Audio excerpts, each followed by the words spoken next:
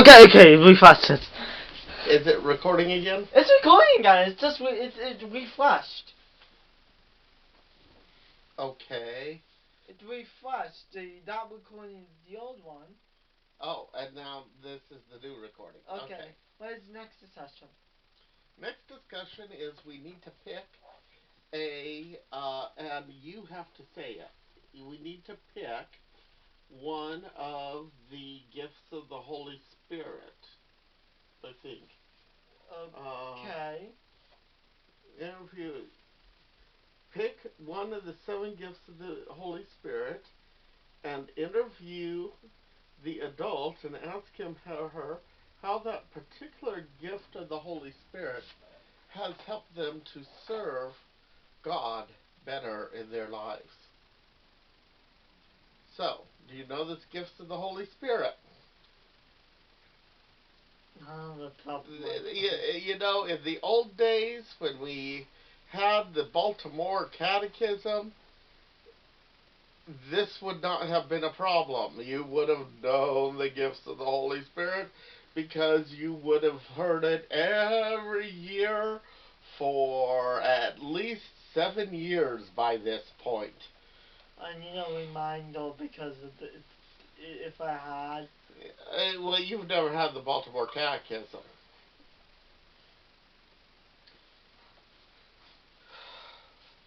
So, I hate relying on Wikipedia, but my catechism, this is something else that you need to know, is when Daddy was growing up, we didn't have good catechism classes at all. Oh boy, the 7 gifts of the Holy Spirit in Latin. Oh no. No, not Latin. We're not gonna do the Latin. We're going to. Okay, our wisdom, understanding, counsel, fortitude, piety, and fear of the Lord.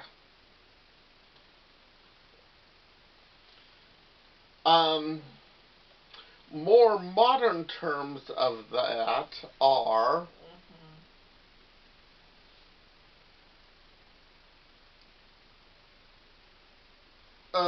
well, wisdom is a more modern term, so understanding is also known as knowledge. Understanding, you know what understanding is.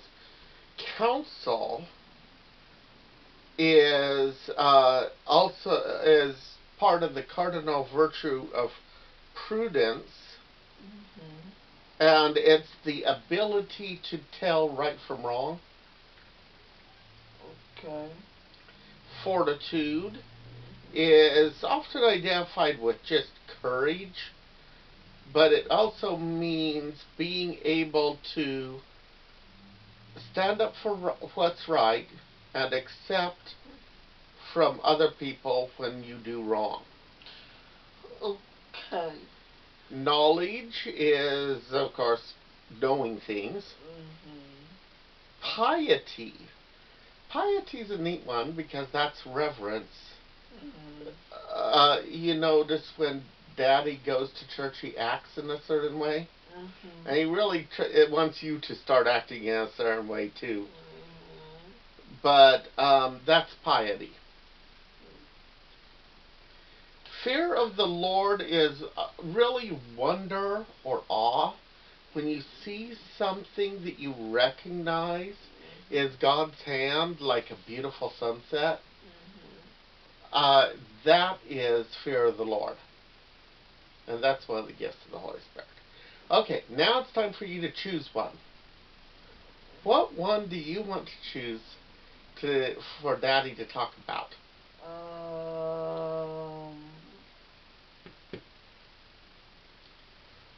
The first one. Wisdom? You know, wisdom is one that our culture really doesn't seem to like very much these days.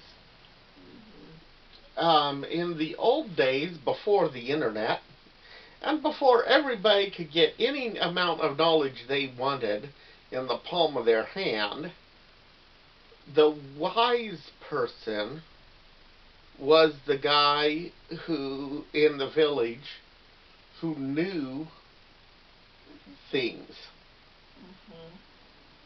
knew how to live, knew philosophy, knew little bits of how to live in that area.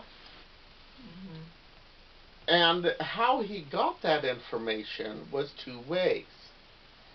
The first was learning about what had happened in the past.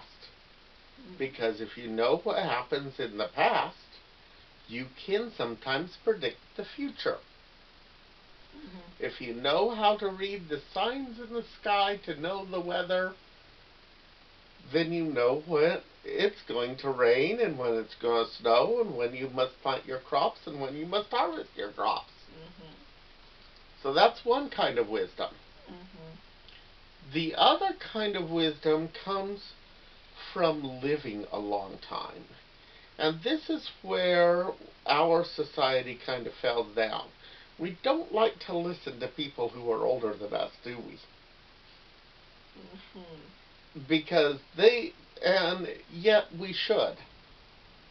Because they've already made all the mistakes we're going to make. And if we listen to the people who are older than us, we'll be able to avoid some of their mistakes. So that's where wisdom really comes in, and where it helps us, if we know it, if we understand wisdom, if we have knowledge and understanding that go with wisdom, it's what joins the intellect to the heart. And if you love people, you want what's best for them. And if you have wisdom, you can tell them. And sometimes they'll listen, and sometimes they won't. But by telling them to help them try to do what's best for them, then you are being God's representative in their lives. Now, they might listen, they might not. A lot of people don't anymore. It's kind of sad.